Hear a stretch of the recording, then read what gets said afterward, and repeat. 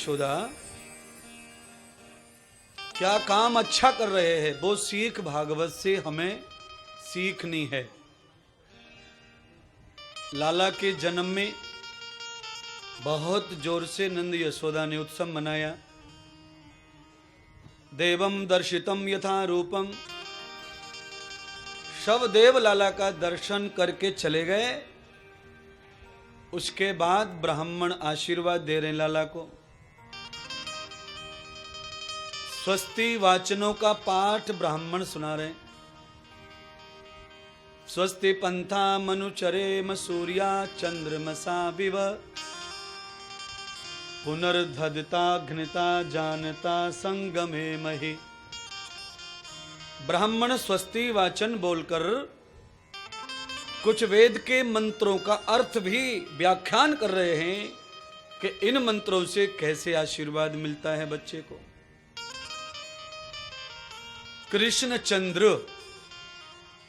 इसका मतलब है कि भगवान कृष्ण जो है चंद्रवंश में पैदा हुए।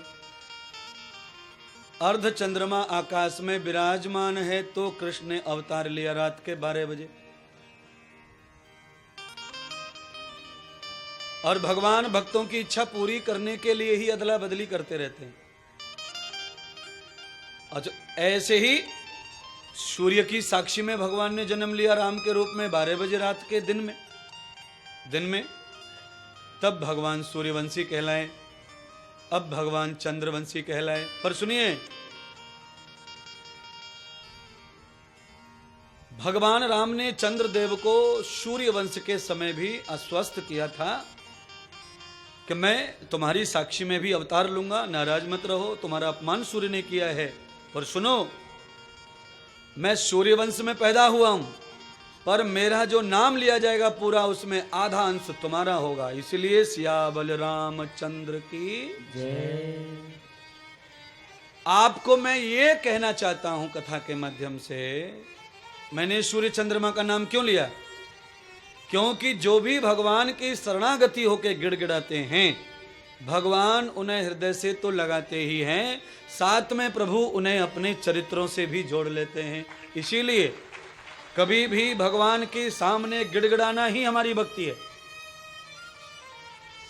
तुम क्या हो वो दिखाओगे तो भगवान ना तो उठाएगा और न चरित्र से जोड़ेगा। तुम्हारे जैसे कितने आते जाते दिन भर। इसीलिए जो भगत गिड़गिड़ाने वाला बना रहता है, भगवान उसे कभी गिरने नहीं देते। गिड़गिड़ाने का मतलब समझते हैं आप? हमेशा दीन बना रहे। भगवान कृष्ण अपनी लीलाएं समाप्त करके चले गए, पर विदुर जी कभी महान नहीं बन पाए उनके आगे। वो दरिद्र ही बने रहे। क्यों? क्योंकि उन्हें फायदा होता था दर्द बनने से, स्वयं भगवान मिलने आ जाते थे।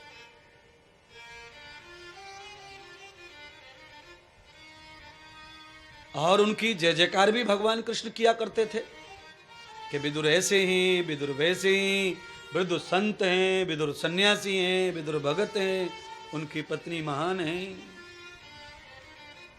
और विदुर जी ने अपनी आंखों के सामने ही बलवान धनवान होते देखा दुर्योधन को, तो भगवान के मुंह पे सिवाय गाली के कुछ नहीं था।